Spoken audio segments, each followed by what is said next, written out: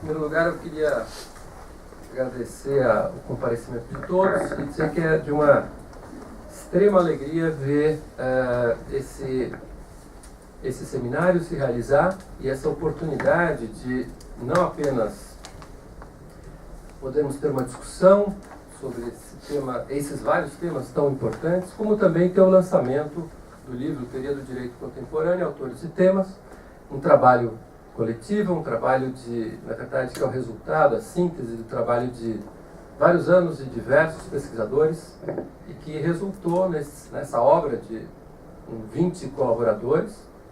E para mim foi uma especial satisfação poder acompanhar de perto o trabalho de todos aqueles que contribuem.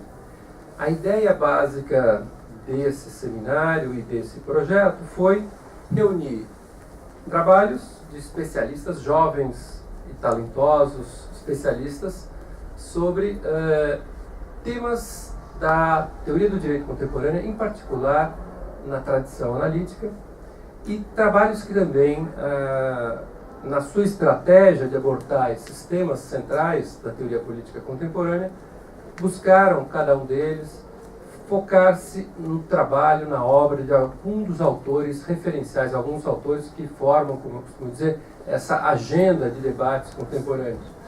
É uma especial felicidade encontrar em todos os trabalhos também, não apenas uma reflexão detida, uma reflexão cuidadosa e um texto cuidadoso, mas também, como eu digo na apresentação desse trabalho, um bom exemplo de como fazer um trabalho. Eu acho que isso daí também, imagino, ser uma das importantes contribuições que essa obra pode trazer. Ou seja, nós temos um conjunto amplo, recobrindo 4 temas gerais: teoria do direito, suas controvérsias metodológicas, um dos temas centrais da discussão contemporânea, temas recorrentes em teoria do direito, ou seja, questões como da autoridade, relação entre direito e moral, que são temas clássicos.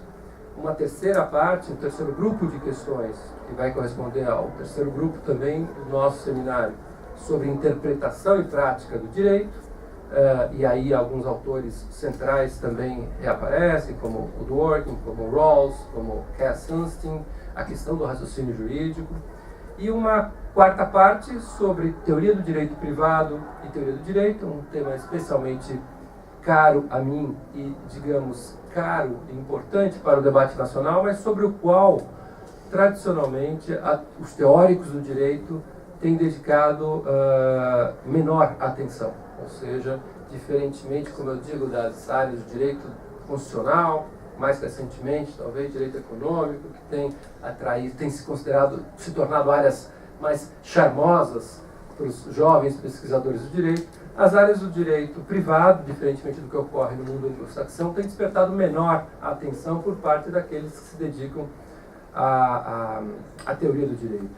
E, por fim, um tema também, esse clássico, sobre o qual o diálogo entre teoria do direito e as áreas, digamos, dogmáticas tem sido mais intenso, que é teoria do direito, direitos fundamentais, que envolve questões ligadas, por exemplo, à liberdade de expressão, ou questões ligadas à identidade, e questões ligadas ao tema da desobediência civil, que são alguns dos temas que nós vamos tratar aqui. Portanto, sem me alongar demais, eu gostaria de, mais uma vez, renovar a minha expressão de imensa satisfação de ter participado, de ter sido um interlocutor desse debate, e cumprimentar a todos.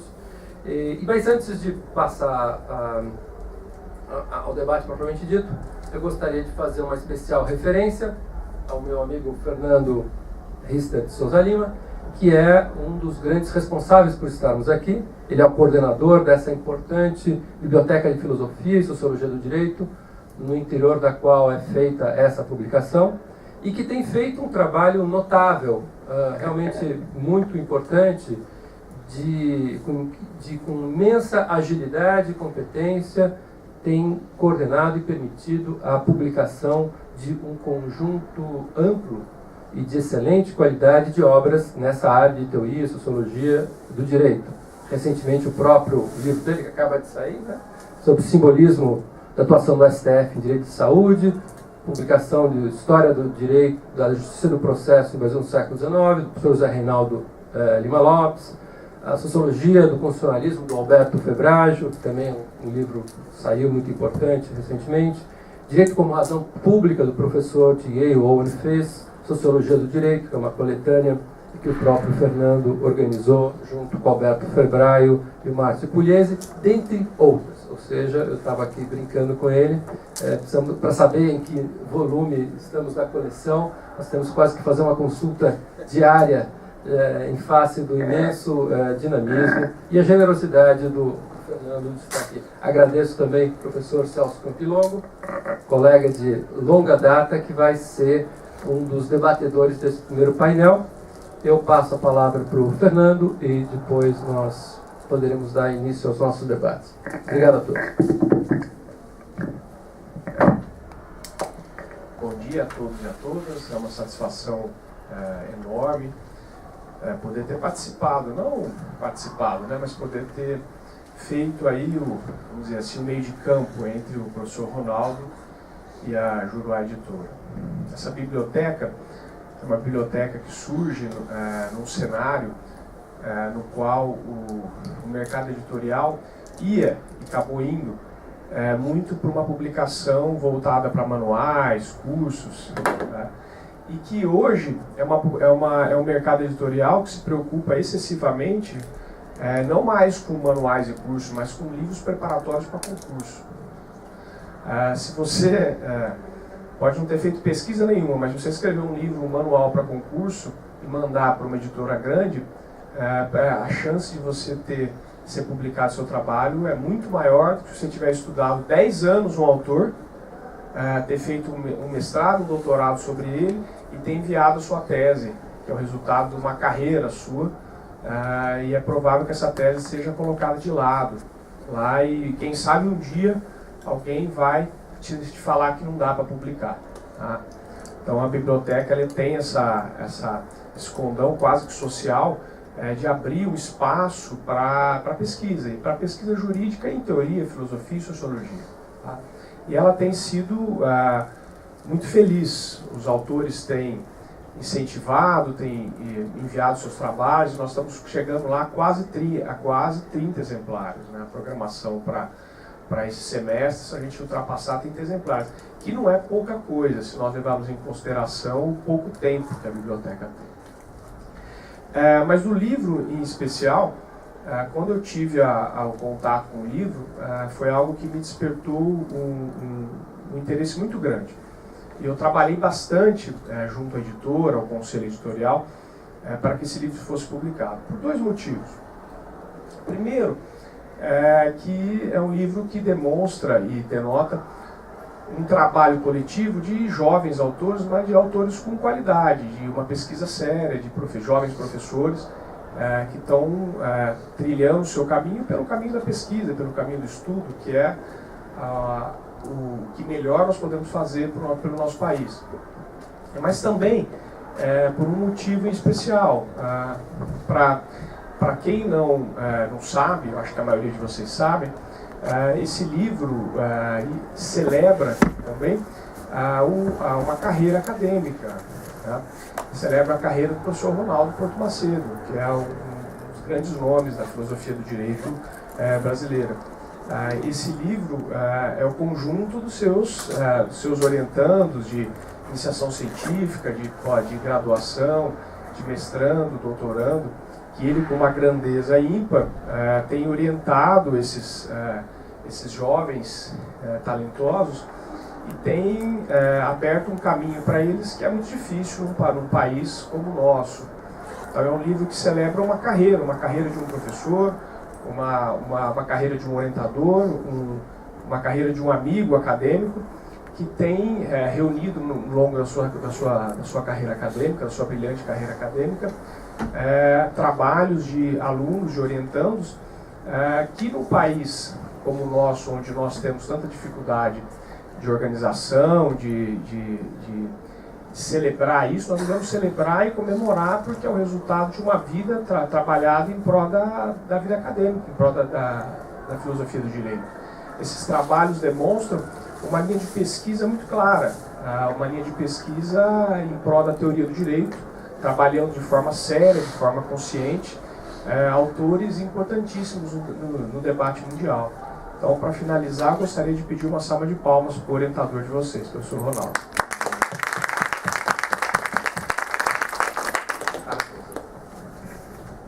Obrigado, Fernando. Eu não quero roubar o tempo para aquilo que o nosso encontro tem de melhor, que é justamente a discussão dos trabalhos, então eu imediatamente passo para a primeira mesa e agradeço mais uma vez ao professor Celso, e o professor Fernando vai ser o nosso guardião do tempo, com a mão de ferro implacável, caracterizou o diálogo com todos aqui presentes. Tá? Então eu chamaria os painelistas da primeira mesa.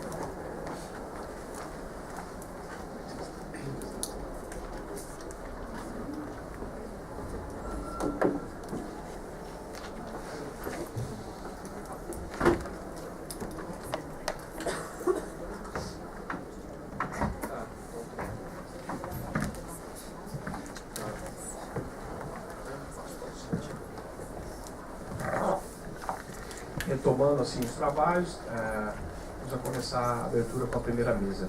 Luciana, por favor, 10 minutos.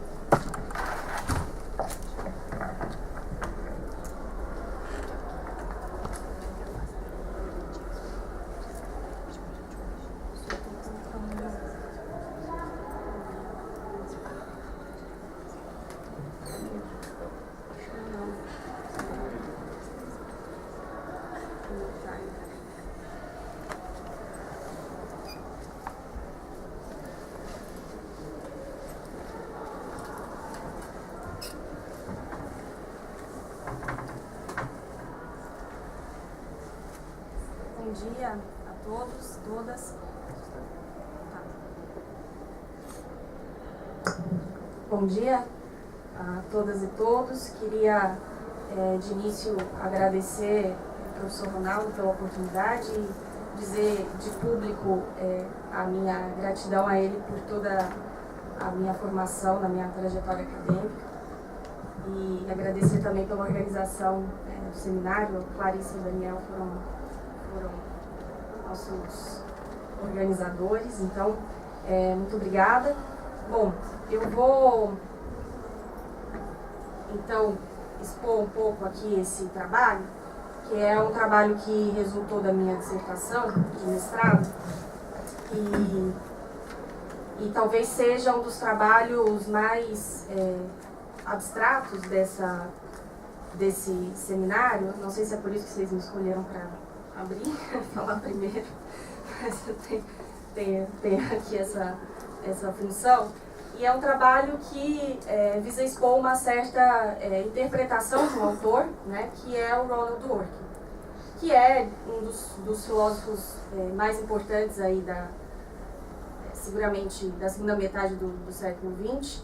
E então eu tenho uma certa visão a respeito da teoria do direito do Dworkin, que é o que eu vou colocar aqui. O que eu tento fazer é expor o que seria o que a gente chama de interpretativismo, né? Que é, digamos, a parte mais geral da teoria do direito do Dworkin. Na minha visão, é algo anterior ao que a gente chama de direito como integridade, né? Que seria, digamos, uma parte mais substantiva da teoria dele. O que eu procuro mostrar aqui é que a alegação central, né, do interpretativismo, de que o direito é uma prática social interpretativa, é uma alegação segundo a qual a prática jurídica, e aí o Dworkin já tem uma certa colocação, porque ele está dizendo o direito é uma prática social, né? Então a prática jurídica para o Dworkin é uma prática de controvérsia política.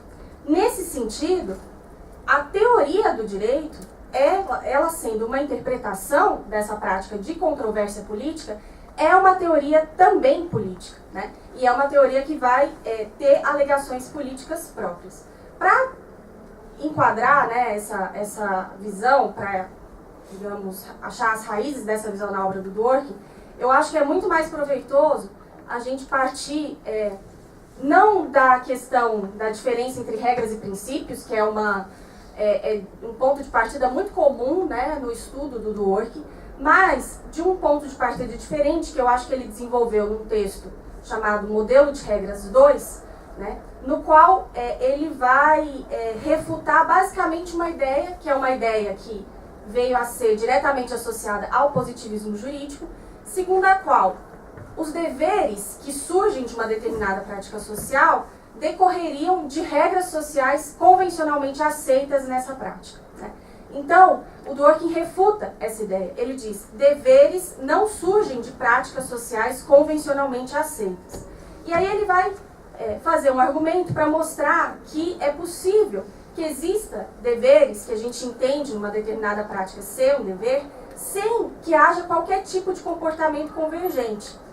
Mesmo que uma prática social seja inteiramente uniforme, né, ainda assim as pessoas nessa prática elas vão discordar sobre o que é exigido por essa uniformidade, né? Então existem, mesmo que exista um consenso, então o famoso exemplo do Hart no livro dele é os homens devem tirar o chapéu ao entrar na igreja. Mesmo que exista um consenso a respeito disso, as pessoas discordam, né? Mesmo a respeito disso. Por exemplo, tendo dúvidas, meninos pequenos, né, crianças, devem também tirar o bonezinho, o chapéu. Isso é um exemplo de divergência, mesmo quando há uma atitude amplamente aceita, né?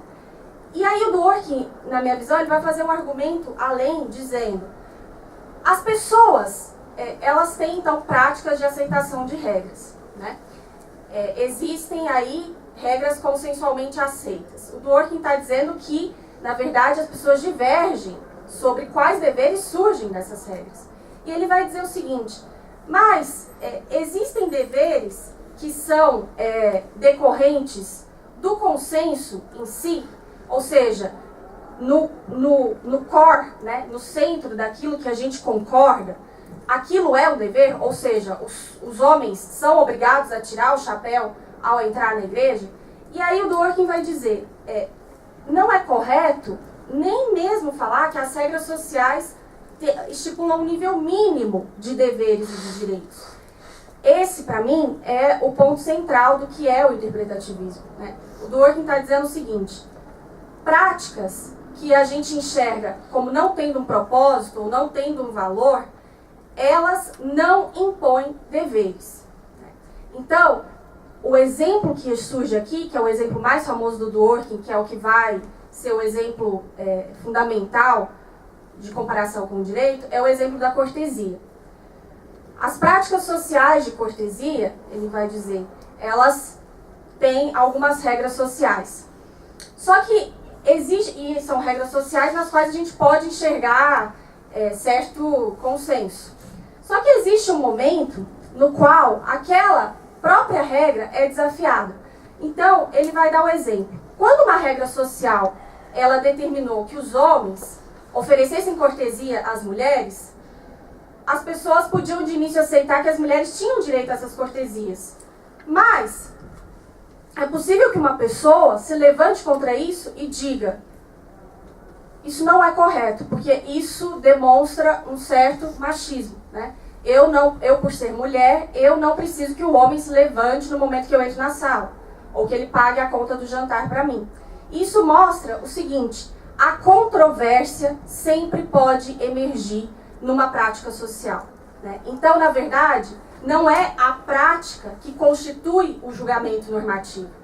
existe um julgamento normativo que é feito a partir de um determinado valor, que a prática reitera ou não, né? Então, o que o Dworkin está colocando aí, acredito que esse é o ponto central, né, da crítica dele ao positivismo e ao Hart, né, ao Herbert Hart, é que algo mais do que simplesmente a atitude de aceitação da convenção é necessário, né?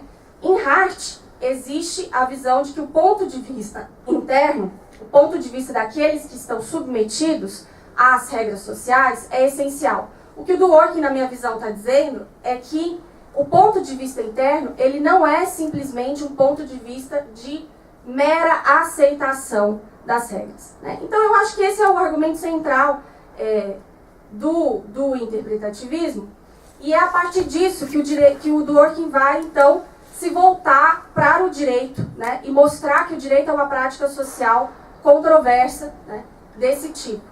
Ele vai dizer que no direito existem os chamados, né, na expressão dele, desacordos teóricos. E é sobre isso que ele escreve uma das grandes obras dele, que é o Império do Direito. Então ele tenta entender exatamente o que é essa divergência no direito, né, que ele denomina de desacordo teórico. A divergência no direito, ela se dá a respeito do que a gente acha que fundamenta as proposições que a gente faz, né? De X tem um direito, ou X tem um dever, ou essa é a interpretação constitucional correta, né? O que fundamenta, o que nos fundamenta quando a gente fala, né, quando a gente traz essas proposições?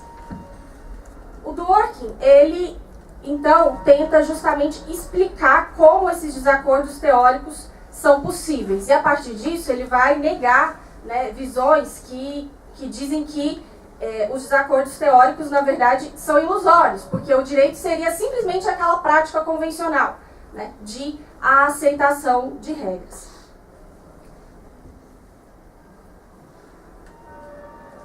O que ele vai colocar é que o desacordo, ele é uma disputa, né, sobre justamente o objeto de interpretação, uma disputa sobre a prática social. Essa disputa, ela se dá sobre o propósito ou valor da prática e sobre como esse propósito determina as exigências da prática, né? E aí, a partir disso, é que o Dworkin vai colocar que em toda prática jurídica, né, como uma prática interpretativa, o que ocorre é o desenvolvimento de uma certa atitude política, uma atitude de contestação, que é aquela atitude que identifica um valor, que o Dworkin tem essa expressão, né, point, identifica esse valor na prática e acredita que esse valor é o que vai ser relevante para eu saber quais são as regras que aquela prática realmente está colocando, ou quais os deveres e direitos, né, que aquela prática está me impondo, né? Então, a partir dessa visão, né, acerca do Dworkin, para finalizar, eu queria, então, veja, o que eu tento colocar é um determinado modo de ler, né, o Dworkin. Eu queria, então, rapidamente aqui expor quais são as minhas colocações, as minhas conclusões a respeito desse modo de ver, né. Em primeiro lugar, eu acredito que as críticas de Dworkin ao positivismo, elas não são meramente conceituais, né? O que o Dworkin está falando não é simplesmente, olha, existe um tipo de conceito diferente na prática jurídica, que é o conceito interpretativo. Eu acredito que essa crítica, né, é uma crítica política. Por quê? A diferença da prática interpretativa para outras práticas de aceitação de regra é que nessa prática interpretativa existe uma atitude de contestação, que é a atitude interpretativa, né?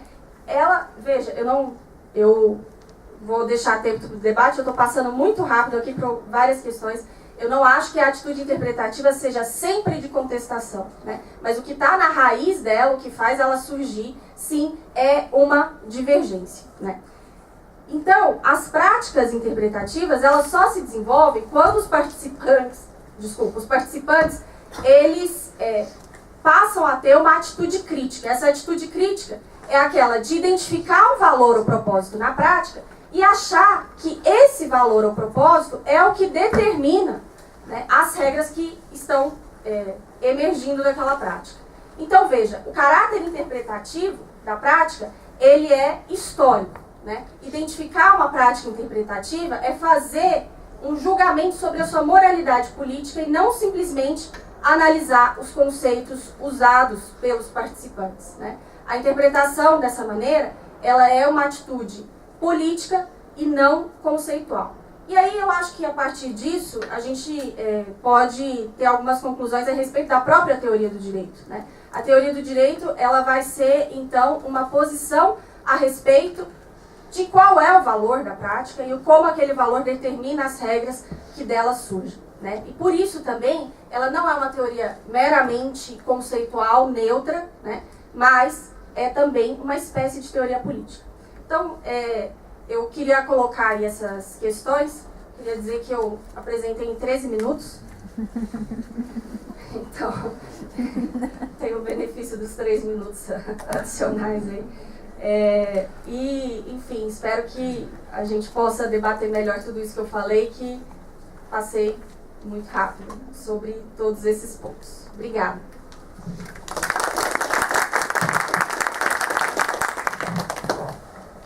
Com a palavra, Daniel, 10 minutos. Então, tá todo mundo escutando? Tá bom o microfone? Então, eu vou primeiramente agradecer ao professor Ronaldo e aos colegas do livro pela oportunidade, agradecer a Clarissa, que a Clarissa foi um trabalho muito complicado de organização, montar os painéis, conversar com os debatedores. Queria agradecer a Clarissa por ter ajudado muito nisso, foi assim, muito trabalhoso que ela fez, e agradecer ao professor Ronaldo novamente. E, bom, deixa eu ver se melhora um pouquinho. Já ir direto pro texto, porque em 10 minutos é um tempo bastante curto. Bom, antes de mais nada, 2 comentários profundamente anticlimáticos para começar a apresentação.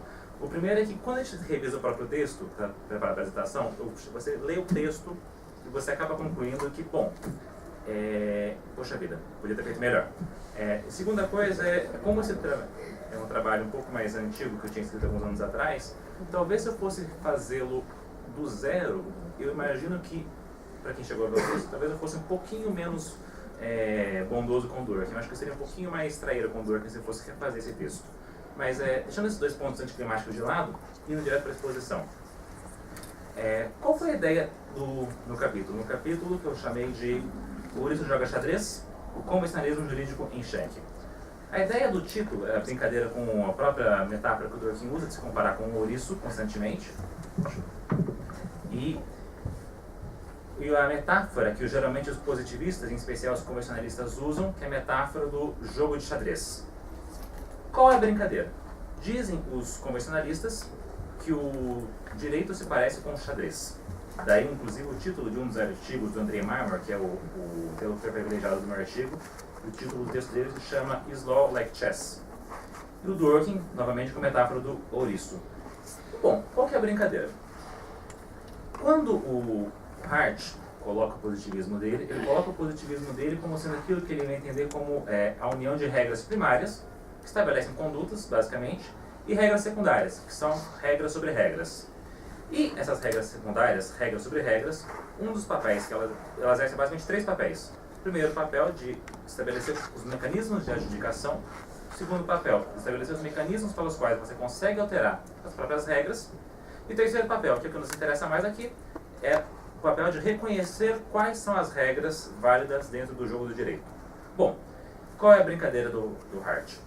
Essa terceira regra, esse terceiro tipo de regra, que é a regra de reconhecimento, uma regra secundária, é uma regra que, diferentemente das demais regras do sistema, ela é aceita como uma questão de fato. Ela é uma espécie de fato social do Hart. Ela não é validada por outra regra, porque ela mesma é o padrão de validade das demais regras. É inclusive a metáfora que o Hart usa de ser uma espécie de nonsense. Você perguntar se o metro padrão de Paris tem um metro. Da mesma maneira, não faz sentido você inquirir sobre a validade da regra de reconhecimento, por se tratar de uma questão de fato. Bom, e como uma regra social, ela é para o Hart uma regra que é aceita pelos indivíduos relevantes a partir de um ponto de vista interno. O que vem a ser esse ponto de vista interno? É a aceitação daquela regra pelos agentes como um critério de correção. Quando você aceita algo do ponto de vista interno, você reconhece aquilo como uma regra. Você olha para a conduta de uma pessoa que não cumpre aquela regra, você consegue criticá-la justamente porque ela violou o padrão de correção que era aceito. Qual que é a sacada do Hart aqui? Ele está tentando propor uma espécie de positivismo, que é um positivismo que não vai incorrer em uma certa forma de quietismo, que era positivo, keynesiano, em que você tinha uma norma última de fundamentação, que era a norma fundamental, que era uma norma e você não inquiria sobre o que era mais aquela norma. Você parava aí a investigação. Para o Hart, não. A regra de reconhecimento não é uma norma abstrata, um pressuposto teórico, mas sim uma espécie de fato social. Bom, problemas surgem, no entanto, para o Hart. Que tipo de problema? Primeiro problema é o seguinte. Tudo bem, Hart, você está dizendo que regras são, principalmente regras sociais, no caso aqui, uma regra social, é uma regra que é aceita do ponto de vista interno, e por isso ela é uma regra e não um mero hábito. Qual é o problema? Você tem que dizer porque esta ou aquela conduta viram regras e esta e aquela conduta não viram regras. Porque umas são regras e outras não. Você meramente dizer que regras são aceitas do ponto de vista interno é uma petição de princípio. Você tem que dizer por que elas são aceitas. Segundo tipo de problema, que é o problema que a Luciana já comentou na parte, passando na apresentação dela, é o problema que o Dworkin detecta no modelo de regras 1, mas principalmente a partir do modelo de regras 2, é bom. Há mesmo uma regra de reconhecimento? Faz sentido falar no direito como ter uma regra de reconhecimento? E essas questões vão levar os positivistas, especialmente a partir dos ataques do Dworkin, a reformular suas teorias. E uma das versões positivistas mais influentes, junto com o positivismo do Joseph Russ, a outra versão mais influente, são as teorias convencionalistas. Qual é a ideia da teoria convencionalista em geral? A ideia é justamente de que você tem convenções sociais que explicam a origem ou a natureza do direito. Você tentou trazer, o convencionalismo tenta trazer, no final dos anos 70 e início dos anos 80, para a teoria do direito, uma discussão filosófica, porque tem sua matriz mais importante no David Lewis, que é um filósofo analítico americano. Tentou trazer essa discussão que o David Lewis fazia sobre o que era uma convenção e como funcionava uma convenção para dentro da teoria do direito. E, nesse primeiro momento, o convencionalismo de inspiração lewisiana, qual era a brincadeira? Uma convenção é uma espécie de acordo, uma espécie de solução que você tem para um problema de coordenação. Então, quando você, por exemplo, se eu ligo para a Jaqueline e a ligação cai, se ela tentar ligar e eu tentar ligar, vai dar ocupado. Então, nós precisamos de uma espécie de convenção que solucione um problema desse tipo, problema de coordenação de conduta, que permita que nós consigamos fazer o que nós queremos fazer. Então, a gente pode estabelecer uma regra que se eu ligo, a Jaqueline liga e a ligação cai, quem ligou tem que retornar a ligação. Isso é o que o Lewis tem em mente quando ele fala em convenções. Soluções para problemas de coordenação. E qual que é a sacada aqui? Enquanto uma solução para um problema de coordenação, as convenções sociais, elas funcionam como uma moldura de razões para agir. Elas te dão razões para agir. Bom, se eu ligar e a Jaqueline ligar, a ligação cai. Então eu tenho uma razão para aderir à convenção, e essa razão de certa maneira, ela é normativa. Você tem um motivo para fazer aquilo. E o que os convencionalistas em geral vão fazer? Eles vão tentar entender a regra de reconhecimento hartiana, que era um fato social, que nós não sabíamos onde vinha até esse momento, como uma convenção desse tipo. O Andrei Marmor, que é o interlocutor privilegiado do meu artigo, vai tentar uma coisa um pouquinho diferente. O que ele vai dizer, basicamente, é o seguinte: bom, convencionalismo de inspiração lewisiana, ok, muito bem, porém insuficiente. Insuficiente em que sentido? Segundo o Andrei Marmor, você tem tipos especiais de convenção que não são necessariamente soluções para problemas de coordenação. Notadamente, você tem convenções que constituem práticas sociais, e essas convenções que constituem práticas sociais, elas são de uma estrutura diferente da convenção de coordenação. Não há um problema prévio de coordenação que essa convenção constitutiva, como ele vai chamar, resolve. Ao contrário, a convenção constitutiva constitui um determinado tipo de prática. Bom, e o que caracteriza essas convenções constitutivas, segundo Marmor? Segundo Marmor, a convenção constitutiva, ela visa saciar um tipo de necessidade, um tipo de valor que nós temos em nosso tipo de forma de vida, e você precisa delas para justamente conseguir lidar com aquela situação. Por exemplo, o ser humano tem necessidade, hipoteticamente, de jogos competitivos. Então você tem convenções que estabelecem formas desses jogos que visam saciar a esse tipo de necessidade histórica que nós temos e que assim você tem uma constituição, uma forma de realização de algo que para nós é relevante. Qual é a brincadeira aqui, segundo Marmor? Quando você tem uma convenção constitutiva, você tem simultaneamente uma convenção que tenta atender a valores externos a uma determinada prática, uma necessidade de competição humana, uma necessidade externa à própria prática do jogo de xadrez, por exemplo. Mas, qual é a brincadeira? A própria convenção também estabelece dentro dela regras que regulam, vai ficar terrível, mas enfim, regras que regulam como você procede dentro daquela prática, que tipos de valores internos daquela prática você tem. Por exemplo, a necessidade de competição humana é algo que justifica haver um jogo de xadrez. Porém, algo que é considerado um bom lance dentro do jogo de xadrez é constituído pelas regras do xadrez. Bom, além desse tipo de convenção constitutiva que visa criar uma prática social, e por causa disso você tem razões, quando você entra naquela prática, você tem razões para aderir às regras dela, você também tem um outro tipo de convenção, que é aquilo que ele chama de convenção profunda, em comparação a outro tipo de convenção, que é a convenção superfície. Qual é a ideia? Você tem certas necessidades sociais, certas necessidades humanas, que são saciadas por convenções profundas, porém, essas convenções profundas são insuficientes, elas underdetermine, elas não conseguem determinar suficientemente como atender aquelas necessidades humanas. Por exemplo, o exemplo que nos interessa principalmente é o exemplo jurídico. Você tem famílias de sistemas jurídicos que visam atender as mesmas necessidades, porém essas famílias de sistemas jurídicos, elas são em si insuficientes para lidar com as necessidades humanas que pedem pelo direito. Então você tem convenções profundas, como as grandes famílias jurídicas, como Common Law e Civil Law, e, ponto mais relevante para nós, você tem convenções constitutivas que constituem aquela determinada prática, que são as regras de reconhecimento de cada sistema jurídico. Então, por exemplo, você tem uma convenção profunda de Common Law, você tem convenções de superfície como a regra de reconhecimento americana ou a regra de reconhecimento britânica, ao qual os juízes e o operador de direito efetivamente se atentam.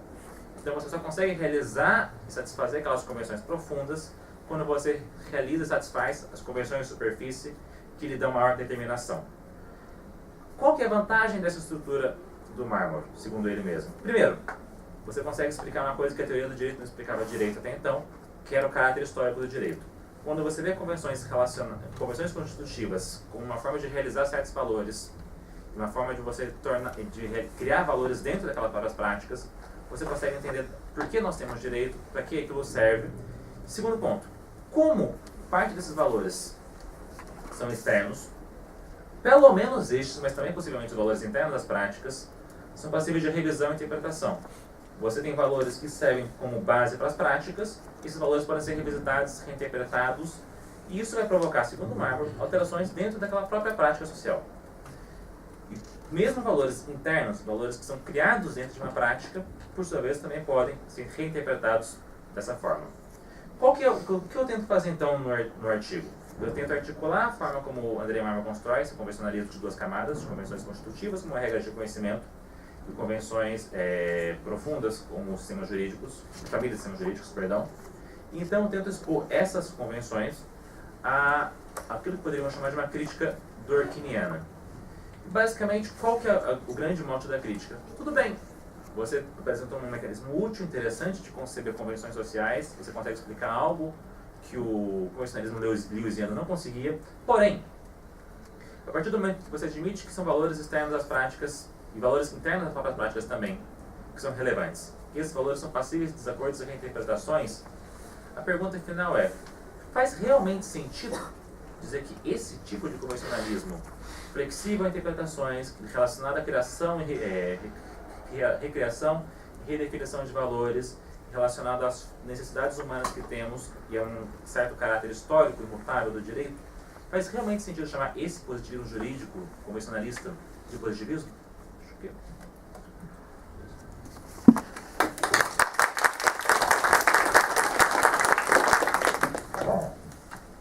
Clarice, com a palavra, 10 minutos.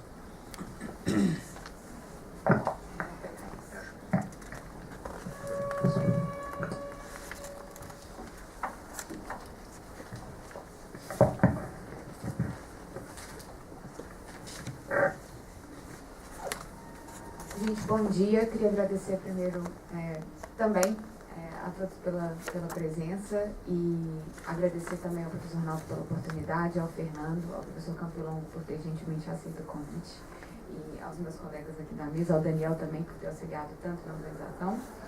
E não vou me estender muito, só dizer que é uma imensa alegria e uma grande oportunidade mesmo para a gente estar aqui discutindo o livro. Bom, o meu trabalho, ele está na 5ª parte do livro. Então, ao contrário do trabalho do Daniel e da Luciana, ele não foca especificamente em questões metodológicas. Não é um debate sobre qual é a melhor maneira de se aproximar do fenômeno jurídico e de qual é a natureza das perguntas e dos argumentos que melhor explicam ou que melhor nos aproximam desse fenômeno. Mas isso não quer dizer que ele não tenha, o trabalho, algumas implicações de caráter metodológico. E eu vou tentar, nessa exposição, enfatizar um pouco essa ponte, onde que no trabalho existe a reflexão acerca das diferenças metodológicas dos autores das teorias que eu abordei, que eu tratei no trabalho. Então, o meu texto se chama Pode Dizer ou Não. Jeremy Waldron e Ronald Dworkin discutem e discordam sobre liberdade de expressão e discurso de ódio. Então, a princípio, o trabalho ele é sobre um tema substantivo, que é de se é possível ou não, se devemos ou não proibir o discurso de ódio e em quais circunstâncias e por quê. E aí eu escolhi 2 autores para tratar desse debate, que tem posições diferentes, né? Tá até no título, eles discutem e discordam a respeito de se devemos ou não proibir os discursos de ódio, que é o Jeremy Waldron e o Ronald Dworkin. E o debate sobre a liberdade de expressão ele é super rico, né? A princípio, existe um grande consenso em torno de que a liberdade de expressão ela é importante. No entanto, existem algumas nuances relacionadas a essa liberdade. Quando a gente começa a refinar um pouco as perguntas a respeito de se, por exemplo, a gente deve permitir ou não que grupos nazistas se organizem na internet ou que eles marchem em Charlottesville, né, a posição das pessoas em relação aos limites e escopos e aos porquês da proteção da liberdade de expressão, elas vão se tornando um pouco mais controversas. E existem várias maneiras de abordar, de acercar os porquês da liberdade de expressão. Uma parte importante da discussão faz a relação, a ponte, por exemplo, entre a liberdade de expressão e outros conceitos valorativos como o de democracia. É importante enfatizar que o debate sobre liberdade de expressão ele nunca está sozinho, ele sempre vem acompanhado de outros posicionamentos que muitas vezes a gente vem a ter a respeito de outros valores, ainda que esses posicionamentos estejam inarticulados ou implícitos. Então, noções como de igualdade política, de democracia, elas estão mais ou menos articuladas nos posicionamentos que as pessoas adotam a respeito da liberdade de expressão. E a escolha que eu fiz neste trabalho foi de pegar uma conexão conceitual que é trabalhada por esses 2 autores, que é entre a liberdade de expressão e o conceito de dignidade, que a gente vê muitas vezes na retórica jurídica brasileira trabalhado com muita vagueza, com muita indeterminação. E eu achei muito interessante abordar o debate desses 2 autores, porque eles tentam trazer uma refinação conceitual para o conceito de dignidade. E isso tem uma implicação direta no posicionamento que eles adotam em relação à liberdade de expressão, ou seja, por que da proteção da liberdade de expressão, e mais especificamente ainda em relação a se devemos ou não proteger ou proibir os discursos de ódio. Então, eu não vou tentar ser muito exaustiva na elaboração conceitual desses autores, tanto no que diz respeito aos seus conceitos de dignidade e nas suas implicações mais específicas e detalhadas para os seus posicionamentos sobre liberdade de expressão e discurso de ódio, mas eu vou tentar trazer, em linhas gerais, como que essa divergência se dá. E, em última instância, algumas pequenas implicações metodológicas, ou seja, como que esse debate entre eles sobre uma questão substantiva revela no seu pano de fundo divergências que são, em última instância, metodológicas a respeito de como teorizar sobre conceitos políticos e também jurídicos, já que eles estão internalizados e e fazem parte da nossa retórica jurídica. Então, no primeiro momento, o conceito de dignidade do Jeremy Waldron. O Waldron ele tem um trabalho já um pouco extenso a respeito do conceito de dignidade, mas eu vou focar na sua elaboração mais última, que aconteceu, que a gente encontra no livro The Harm in Hate Speech. E nesse livro, o Waldron propõe essa conexão específica entre a dignidade e a liberdade de expressão no discurso de hoje. O conceito de dignidade do Waldron, ele tem um aspecto histórico. O Waldron ele afirma que uma boa teorização da dignidade no contexto jurídico, ela precisa revelar alguma coisa de especificamente jurídica no uso da noção de dignidade, nos vários momentos da linguagem jurídica, nas normas, nos debates jurisprudenciais, nas convenções e tratados internacionais. E, então, ele tenta traçar como que na história da linguagem do direito, certas noções específicas ou ideias específicas estão atreladas ao uso dessa noção de dignidade. E ele chega à conclusão de que a noção de status é muito importante. E ele traça isso, ele busca isso, né, no conceito do status nobiliárquico, ou do status da nobreza, ou do status do ofício, dos juízes, ou de um cargo oficial. E ele diz que houve uma transvaloração dessa noção, no sentido de que ela se tornou igualitária. Então, que a melhor maneira de entender a dignidade humana é entender por meio da assunção de que todos os seres humanos fazem parte de um estrato social elevado. Todos nós fazemos parte, então faríamos parte, né, de um grupo de elevada estima que merece deferência social. Então, aí tem uma certa noção de exigência de uma atitude positiva de valor, né? Igual a gente teria, né, historicamente, o dever de deferência à nobreza, né, ao status nobiliárquico de um rei, ou ao ofício ou ao cargo do juiz, essa mesma deferência, esse mesmo respeito seria devido a todas as pessoas pelo simples fato de fazermos parte de um grupo humano. E qual que é a consequência disso, então, para as questões do discurso de ódio? O Waldron, ele faz uma conexão entre a dignidade, então, assim concebida, de todos os seres humanos que fazem parte de um estrato social elevado, né, que exige deferência e respeito positivo por parte de todos os demais, com uma noção de reputação. Então, ele afirma que a dignidade exige a manutenção no seio social do que ele chama de ambiente moralmente saudável. Um meio ambiente moralmente saudável. E ele está relacionado, esse meio ambiente, à manutenção dos fundamentos da reputação de toda e qualquer pessoa. Então ele afirma que nós temos todos o dever de primar por um ambiente no qual só circulam ideias que não contradizem o fato de que somos todos pertencentes a um grupo de especial valor. E os discursos de ódio, então, eles viriam minar esse meio ambiente moralmente saudável. Então, daí a sua fundamentação para a proibição dos discursos de ódio. Só que essa noção, ela tem alguns problemas. A primeira delas é a seguinte: será que o Waldron está dizendo, então, que a dignidade de cada um de nós exige de cada um dos demais que a gente mantenha convicções, no sentido de que todo mundo tem o mesmo valor, ou seja, a minha dignidade exige um controle do seu pensamento, ou do pensamento de cada um de vocês?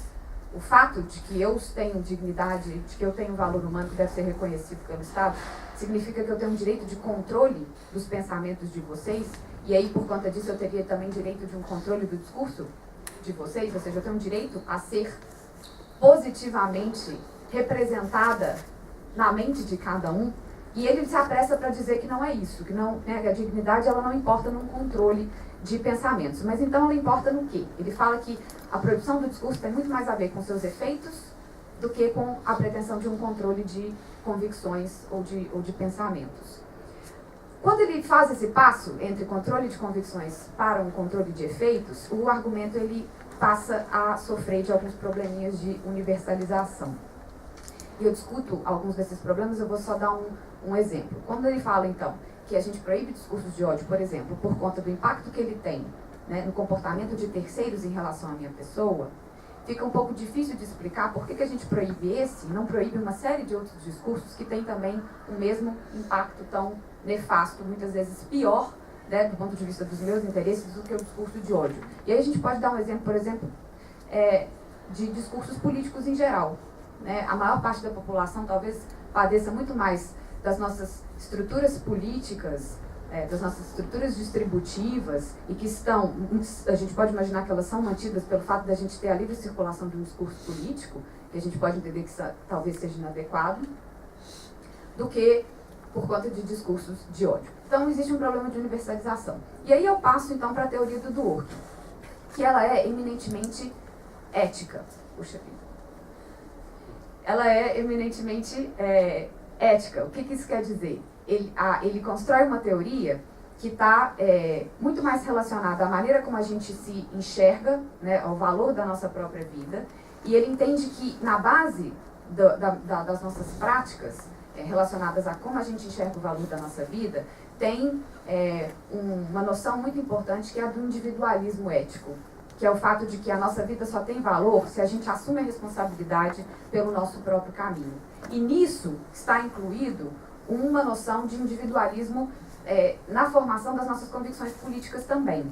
Como o discurso de ódio, muitas vezes, ele é um discurso de caráter político, ele afirma que proibir esse discurso, pura e simplesmente por conta do seu conteúdo ou da sua forma, atenta contra a nossa dignidade, pelo fato de que é uma pretensão de controle na formação das nossas convicções, uma pretensão de controle acerca daquilo que a gente pode ou não pode entrar em contato, ou daquilo com que a gente pode ou não pode entrar em contato no âmbito das nossas discussões políticas. E ele acha que esse conceito de dignidade organiza muito melhor a maneira como a gente entende a responsabilidade que a gente tem pela nossa própria vida do que qualquer outro conceito que se possa disputar, né, de dignidade em relação a esse conceito.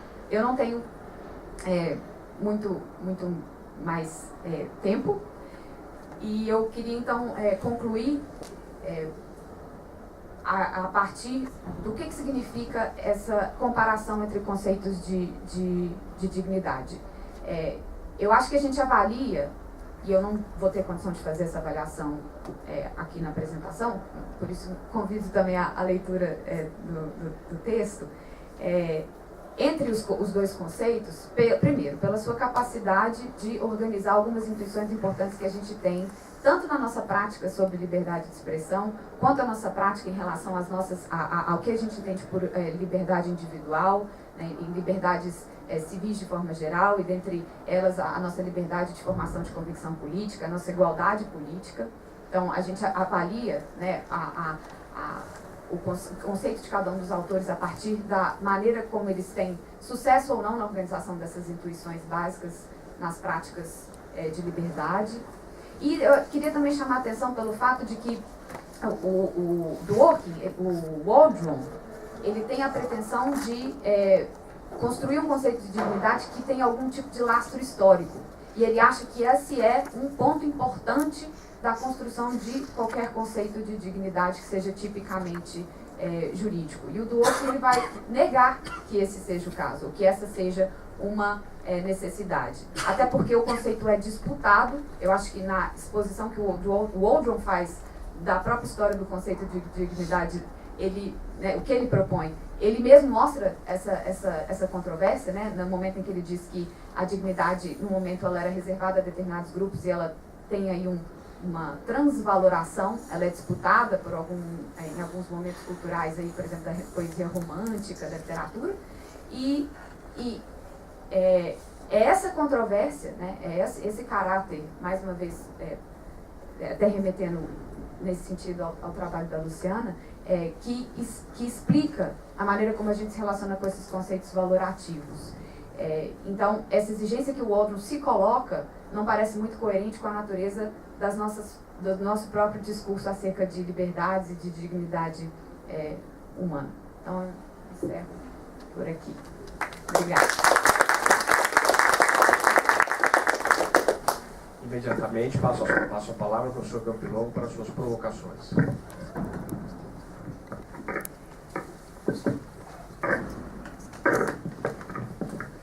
Como todos trabalharam rigorosamente dentro do tempo, por favor, Fernando, você me dê o cartão vermelho aí também, na hora que eu estiver estourando o tempo. Porque, efetivamente, assim como o tempo foi reduzido para todos eles, o tempo será reduzido também para mim. Mas antes de começar a fazer os comentários, e eu tenho em mente mais o artigo da Luciana do que os demais, mas os comentários serão relacionados também, ou vinculados também aos demais, eu queria registrar aqui não só um agradecimento pelo convite, um elogio pela organização do evento e pelo lançamento do livro, mas principalmente para um aspecto que está por trás de tudo isso, que me parece muito relevante para o trabalho acadêmico.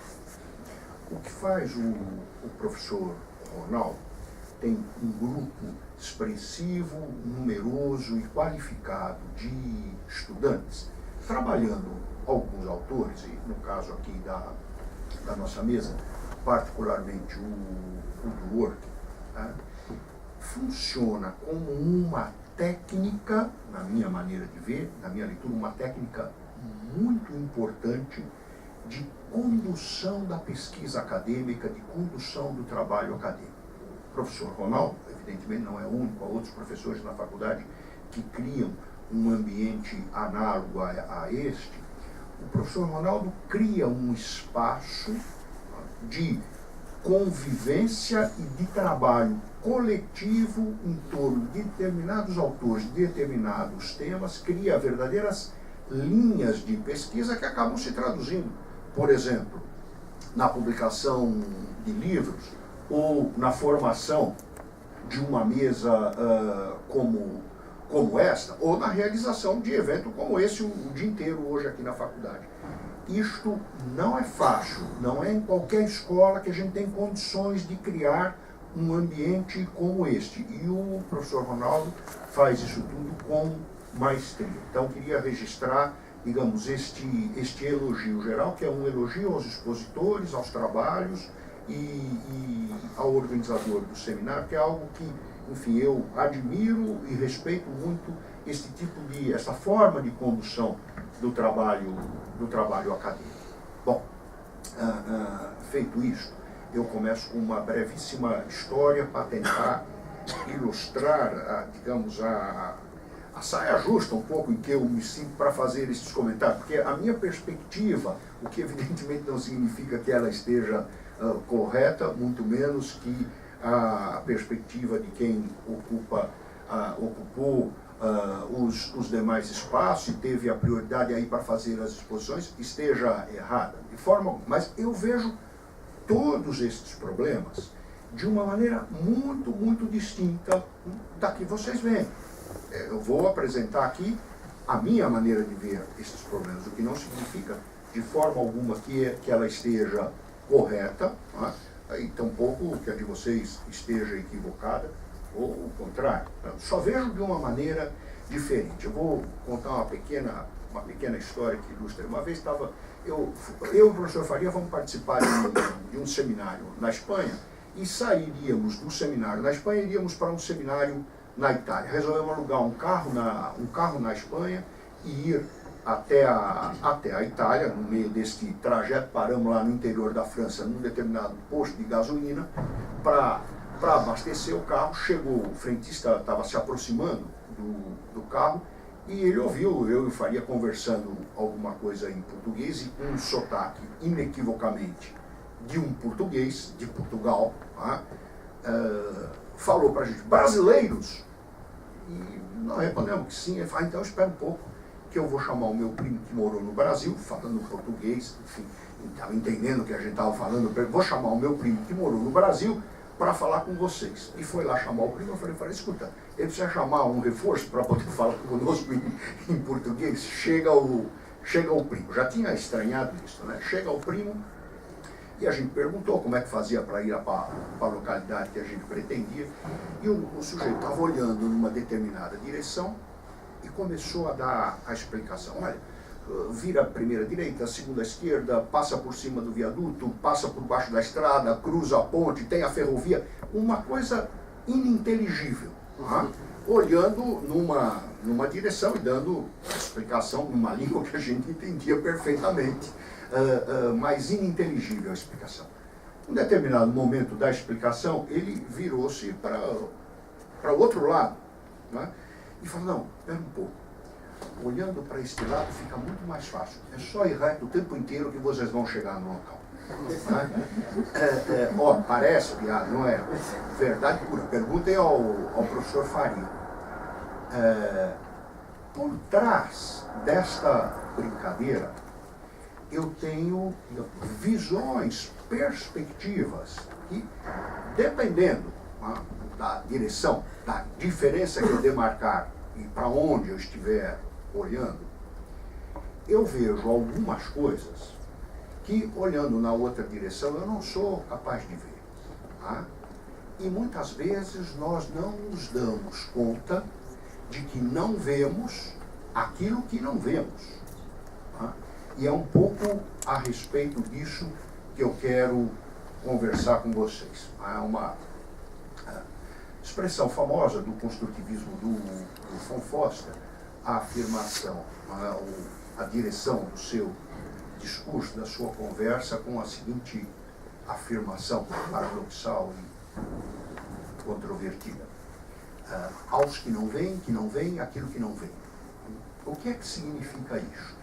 Porque eu acho que estou adotando um pouco esta posição, a de falar aos que não veem aquilo que não veem, que poderiam retrocar com a mesmíssima afirmação para mim.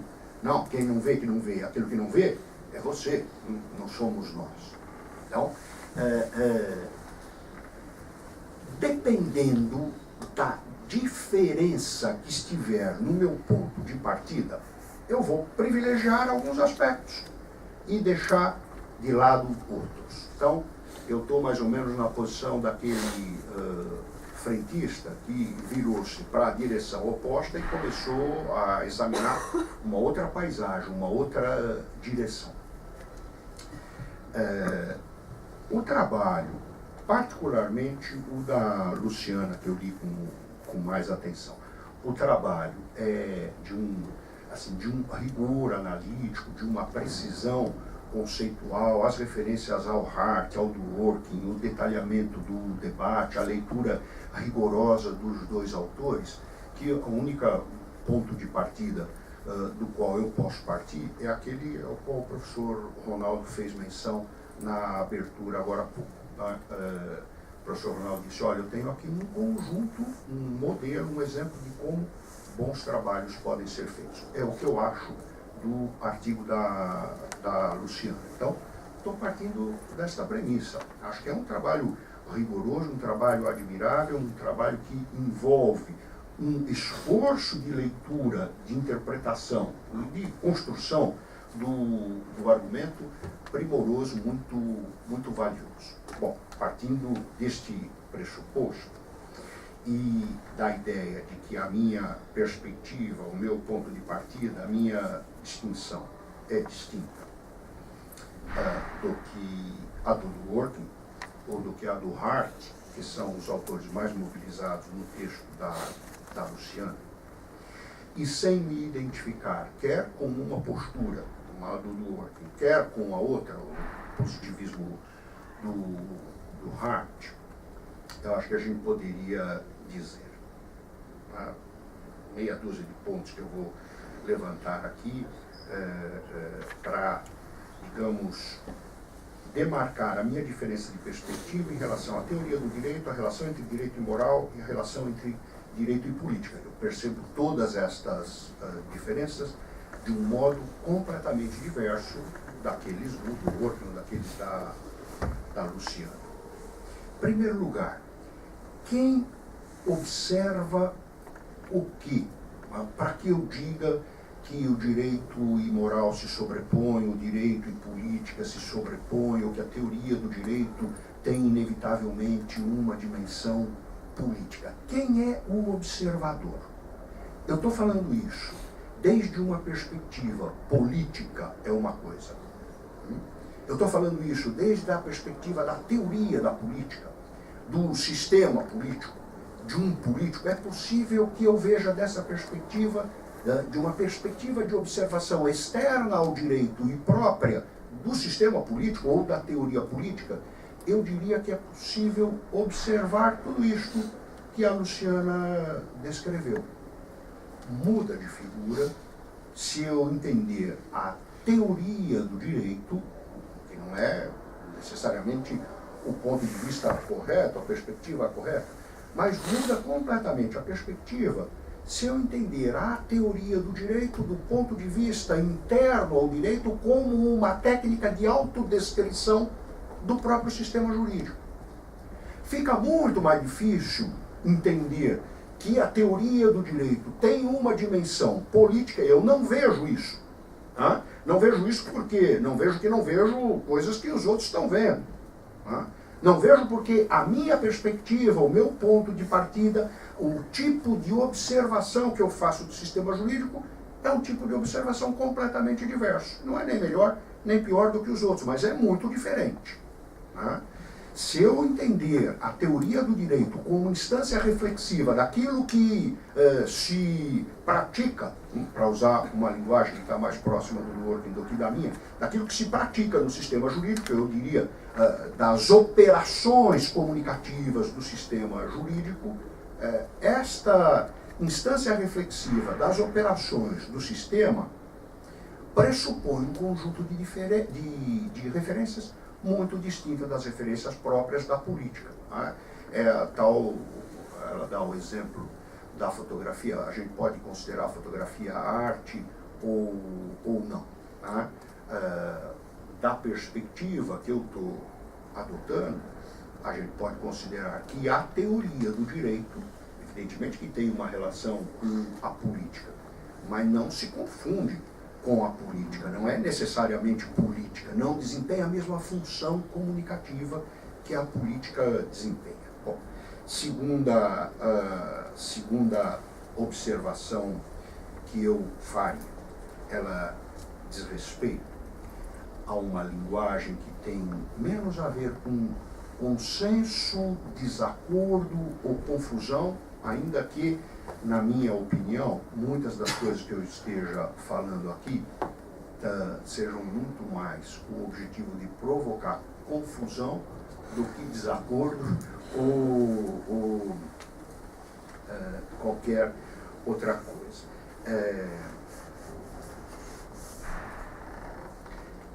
Sistemas de função, quando operam, quando funcionam, isso não significa funcionar de uma maneira exitosa, me conduzir a este ou aquele valor, ou a um desacordo que me permita a algum tipo de construção ou algum consenso a respeito da prática. Então, é uma outra maneira de perceber e de descrever os problemas. Sistemas, quando operam, geram paradoxos. A linguagem dos paradoxos é uma linguagem, o entendimento do que seja um paradoxo, não apenas do ponto de vista lógico, do ponto de vista comunicativo, tá? Me sugere alguma reserva, algum distanciamento em relação, quer a ideia do direito como uma prática, tá? Quer a ideia dos desacordos teóricos. Tá? Porque se o sistema jurídico produz constantemente paradoxos, algo que pode simultaneamente, ao mesmo tempo, ser direito e não direito,